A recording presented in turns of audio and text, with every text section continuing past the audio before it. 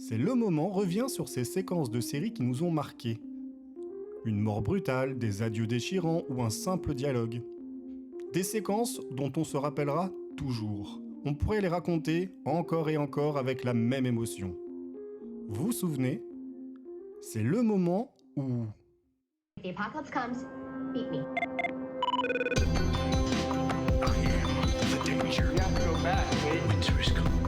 Everybody lies. Come at the cave, you best not miss.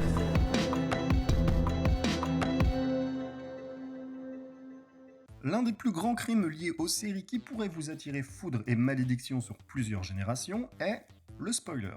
Le fait de révéler une information importante à des gens qui potentiellement n'ont pas encore vu la série ou l'épisode. Ok, parfois le coup peut partir tout seul et personne n'est à l'abri d'un dérapage. Et il serait particulièrement mesquin de faire quelques reproches ici même quand tout le sujet du podcast est de raconter une séquence, voire un épisode à des gens qui potentiellement ne l'ont pas vu. Sur ce, le divulgachage, c'est moche. Au-delà de l'impolitesse crasse qu'il peut revêtir, surtout à l'ère des réseaux sociaux, car oui, tout le monde ne peut pas voir un épisode ou une saison entière 3 minutes après sa mise en ligne ou sa diffusion, ça pose une réflexion plus intéressante que la simple réaction épidermique de s'être fait spoiler. Il ne s'agit pas de minimiser la contrariété, la colère, voire la haine viscérale de s'être vu ainsi arracher une découverte, enlever ce plaisir simple mis en place par des scénaristes pour surprendre, émouvoir ou choquer n'est jamais justifié.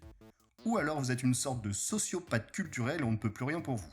Malgré tout, on peut poser la question autrement et tenter d'y trouver une piste de réflexion. Est-ce qu'une bonne série survit à l'évaporation de ses révélations ? Si l'on vous dit qui est le coupable, est-ce que ça vaut quand même le coup de regarder la première saison de Broadchurch ? C'est le colonel Moutarde dans la bibliothèque avec le chandelier. Est-ce que l'on peut revoir Le Prisonnier après avoir fini la série ? Ou Lost ?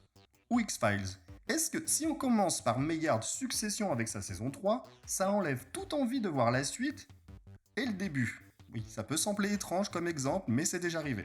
Pas à moi, mais c'est arrivé, ne me demandez pas comment. Connaître une information, un coup de théâtre, une mort à l'avance, c'est toujours frustrant, mais si tout est bien construit, la série survivra et parviendra malgré tout à procurer et transmettre des émotions. Ça peut aussi devenir un jeu. Essayer de trouver des indices, comprendre comment une information est amenée, ça éveille les sens, ça permet d'entrer dans une autre dynamique, un autre rapport avec la série. Après tout, Columbo a bâti toute sa mécanique là-dessus.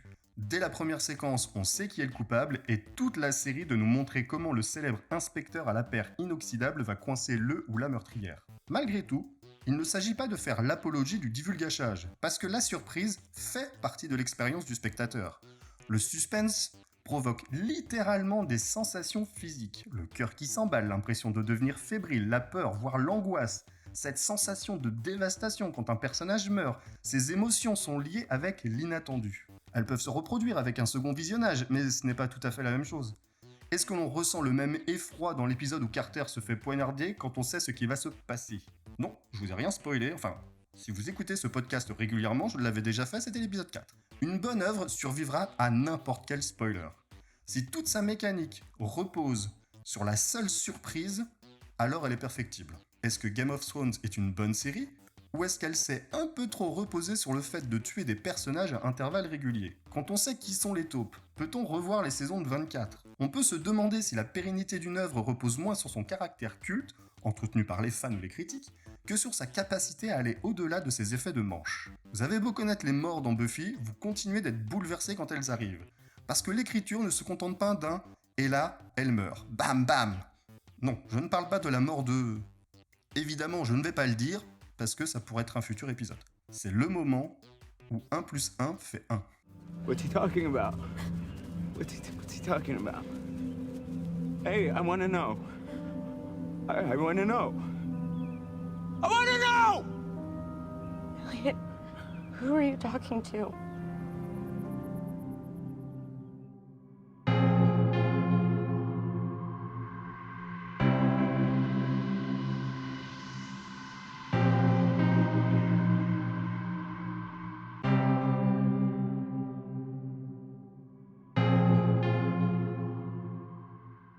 Saison 1, épisode 9, côté révélation, cette fin de saison de Mr. Robot ne ménage pas les spectateurs.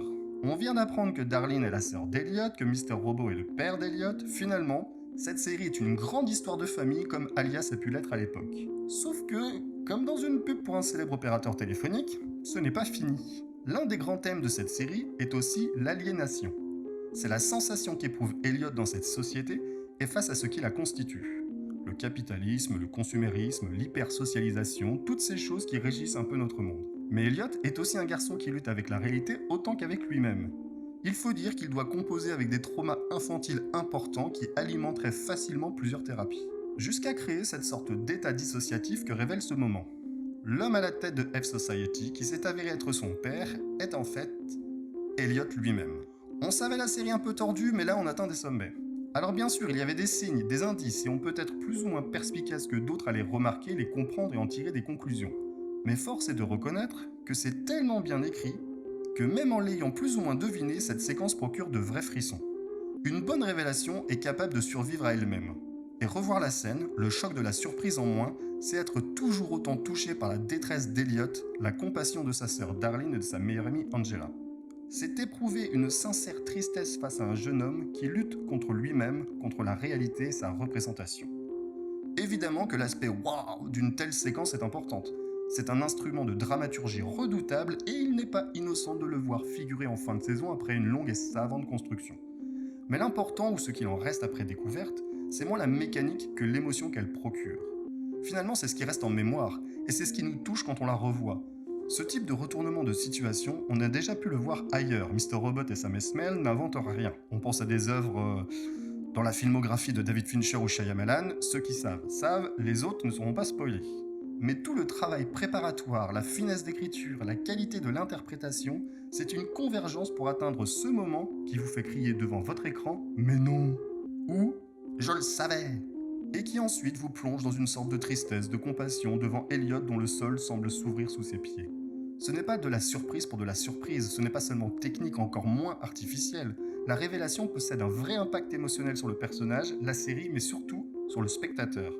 Dans la saison 2, la série tentera une pirouette similaire, mais sans le même résultat. Intéressant parce que fondamentalement, cela repose sur des principes similaires. Une révélation qui vous fait réfléchir différemment à tout ce que vous venez de voir ou presque. Cependant, il ne reste que l'artifice. À aucun moment, on ne peut ressentir la moindre émotion. Le coup de théâtre s'évente dès son apparition et il n'en reste plus rien. D'une part parce que ça semble vouloir davantage reproduire un effet qu'avoir du sens, et de deux, parce que l'aspect gimmick prévaut à l'intérêt dramatique. Trompe-moi une fois, honte à moi, trompe-moi deux fois, honte à toi. Il y a quelque chose d'un peu malhonnête à reproduire cet effet de manche en plus d'être paresseux.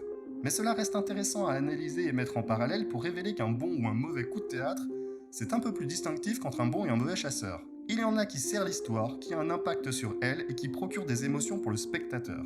L'autre sert l'auteur comme une façon de montrer qu'il est un peu plus malin que les autres et qu'il nous a bien eu. Haha, oui, je fais bien l'auteur qui sent qu'il est plus intelligent que les autres. Alors qu'Elliot qui découvre la réalité sur Mr. Robot, son père et lui-même, ça bouleverse. Ça continue de bouleverser et ça bouleversera encore longtemps. C'est le moment où Elliot et Mr. Robot ne font qu'un.